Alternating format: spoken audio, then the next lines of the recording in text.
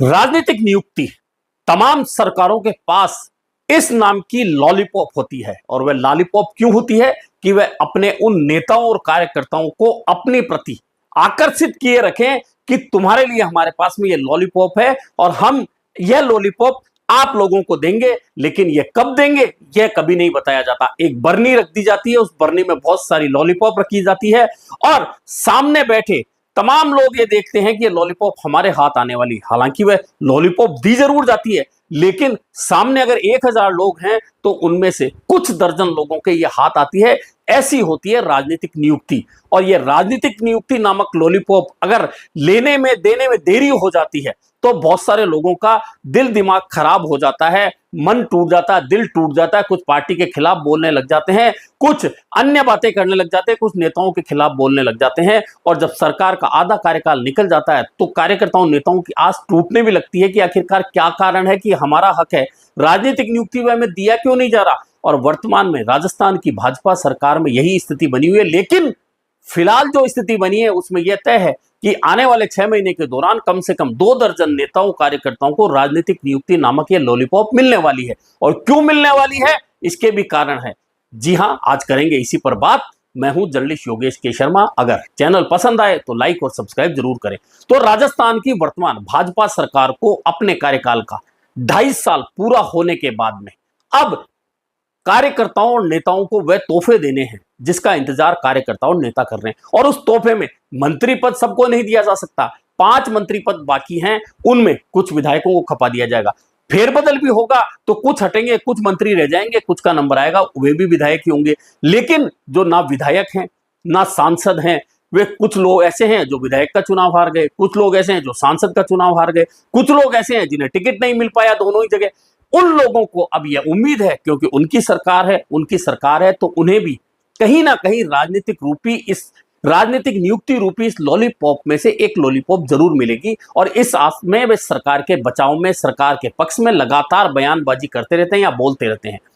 और 2.5 साल का जब कार्यकाल किसी सरकार का हो जाता है तो आखिरी जो 1 साल होता है वह पूरी तरह से चुनावी साल होता है, क्योंकि उसमें सरकार अगले चुनाव की तैयारी में जुट जाती है। तमाम दल जुट जाते हैं तो सरकार भी जुटेगी। सरकार अपनी नियुक्तियों के आधार पर, अपनी काम के आधार पर वोट मांगने निकल जाती है। ऐसे में अब राजस्थान में जो वर्तमान की भाजपा सरकार है, चूंकि 2.5 साल निकल चुका है, बचा 2.5 साल है और अंतिम साल चुनावी साल होगा, यानी बचा हुआ 1.5 साल है। इस 1.5 साल में तमाम नियुक्तियों का काम भी करना है। लेकिन इनमें से 4 महीने जो बीच के हैं वे आचार संहिता में निकलेंगे। अब आप कहेंगे क्यों निकलेंगे? क्योंकि राजस्थान की वर्तमान भाजपा सरकार पंचायत और निकाय चुनाव अभी तक नहीं करा पाई है।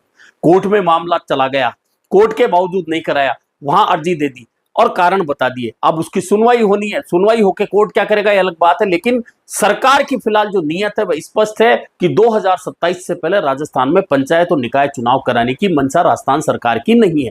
ऐसे में जब 2027 की शुरुआत में चुनाव होंगे तो उस समय आचार संहिता लगेगी और लोग पंचायत और निकाय चुनाव की तैयारी में लग जाएंगे। तो उस वक्त नियुक्तियां होंगी, इसकी संभावना कम है। लेकिन उससे पहले का जो ये समय बचा है, क्योंकि अभी मई शुरुआत है और दिसंबर तक का समय है, इस दिसंबर तक के समय में बहुत सारे लोगों को राजनीतिक नियुक्तियां देकर एक संदेश देने का प्रयास ही नहीं किया जाएगा, बल्कि निकाय और पंचायत चुनाव में कार्यकर्ताओं में जोश भरने के लिए भी सरकार ऐसा करेगी। और क्यों करेगी? क्योंकि आपको याद होगा पिछले दिन भाजपा के नवमनोनीत अध्यक्ष नितिन नवीन राजस्थान के दौरे पर थे। तो राजस्थान के दौरे पर थे तो उन्होंने जयपुर में कोर कमेटी की बैठक भी की थी। और कोर कमेटी की बैठक की थी तो निश्चित है कि सत्ता और संगठन पर चर्चा ही होगी। सत्ता चल रही है लेकिन संगठन के अंदर लोग बैठे हैं, वे निश्चित तौर पर यह चाहते हैं कि सरकार में उनकी हिस्सेदारी, और हिस्सेदारी संगठन के लोगों की राजनीतिक नियुक्तियों के वजह से ही हो सकती है। ऐसे में यह तो तय है कि इस बात पर मोटी मोटी चर्चा हो चुकी है कि अब राजनीतिक नियुक्तियां देने का काम शुरू किया जाए, क्योंकि अभी 2.5 साल के दौरान 5-6 राजनीतिक नियुक्तियों के अलावा अधिकांश नियुक्तियों पर खाली स्थान है, या प्रशासक बैठे हैं या अफसर वहां बैठे हैं। ऐसे में अब राजनीतिक नियुक्तियों का दौर होगा और राजनीतिक नियुक्तियों के दौर में किसका नंबर आएगा, किसका नंबर नहीं आएगा, यह अलग बात है। फेहरिस्त बहुत लंबी है, लेकिन इन 6 महीनों के दौरान ये तय मान के चलिए कि पहली लिस्ट आएगी जिसमें लगभग 2 दर्जन नेता और कार्यकर्ता, उन नेताओं में पूर्व मंत्री भी होंगे, उन नेताओं में पूर्व सांसद भी होंगे, उन नेताओं में संगठन के नेता भी होंगे, कई पदाधिकारी भी होंगे और कई पार्षद या महापौर बनने से वंचित रह चुके नेता भी होंगे। ऐसी एक सूची लगभग तैयार है और उस सूची का अंतिम रूप देकर दिल्ली जिस दिन ये कह देगी कि हाँ अब आप नियुक्तियों की लेटर निकालना शुरू कर दीजिए, अधिसूचना निकालना शुरू कर दीजिए और कार्यकर्ताओं को खुशी देना शुरू कर दीजिए, उस दिन में काम शुरू हो जाएगा। और ये काम इसलिए शुरू हो जाएगा कि आपको याद होगा कि मुख्यमंत्री भजनलाल शर्मा दिल्ली दौरे पर थे। दिल्ली दौरे पर थे।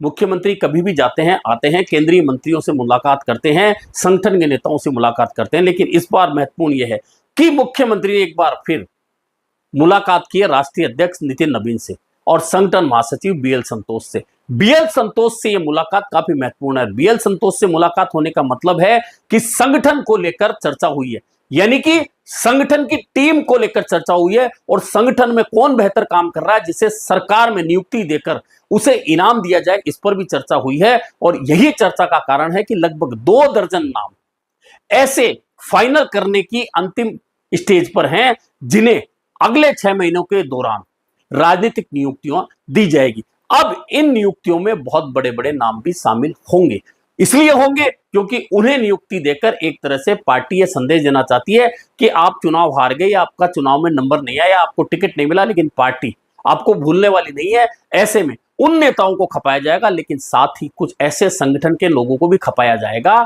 जो ना तो टिकट मांगते हैं, ना उनका टिकट में नंबर लगता है, लेकिन उन्हें राजनीतिक नियुक्तियां देकर बाकी कार्यकर्ताओं को यह मैसेज दिया जाएगा कि अगला नंबर आपका हो सकता है।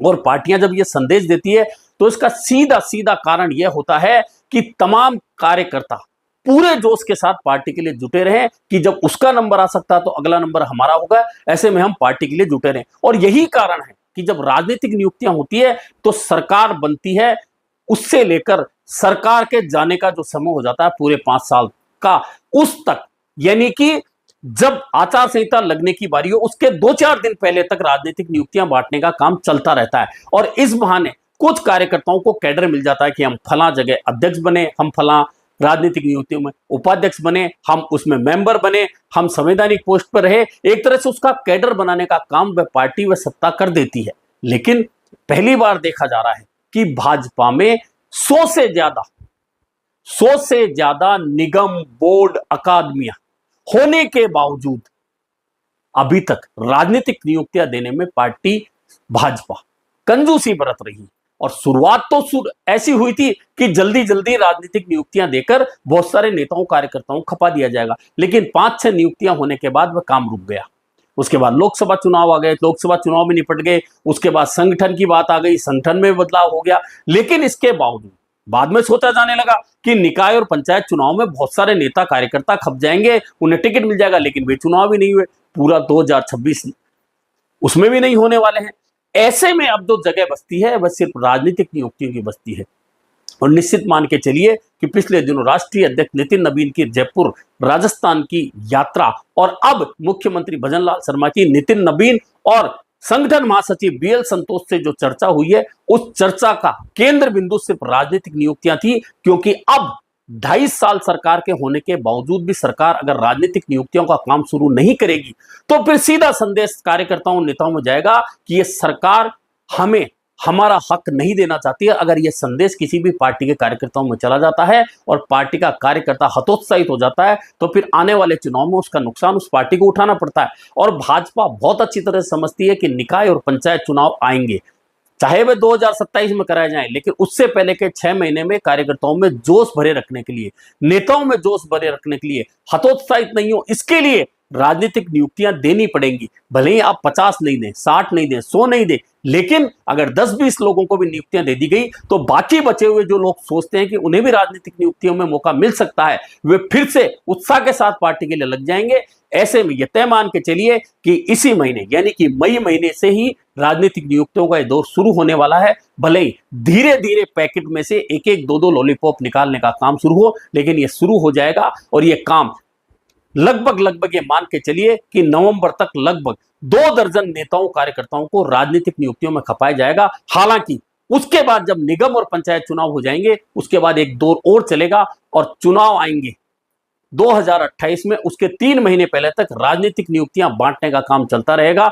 इस तरह से भाजपा अब अपने कार्यकर्ताओं, नेताओं को जो हतोत्साहित हो रहे हैं सरकार की वजह से, नियुक्तियां नहीं मिलने की वजह से, पंचायत चुनाव नहीं होने से, निकाय चुनाव नहीं होने से, उन्हें अब फिर से उत्साहित किया जाएगा। और इस उत्साह को बढ़ाने के लिए सबसे जरूरी जो चीज है वह राजनीतिक नियुक्ति है। और तय मान के चलिए इस महीने से राजनीतिक नियुक्तियों का दौर शुरू होने वाला है। अभी के लिए इतना ही, फिर मिलेंगे नए मुद्दे पर चर्चा के साथ।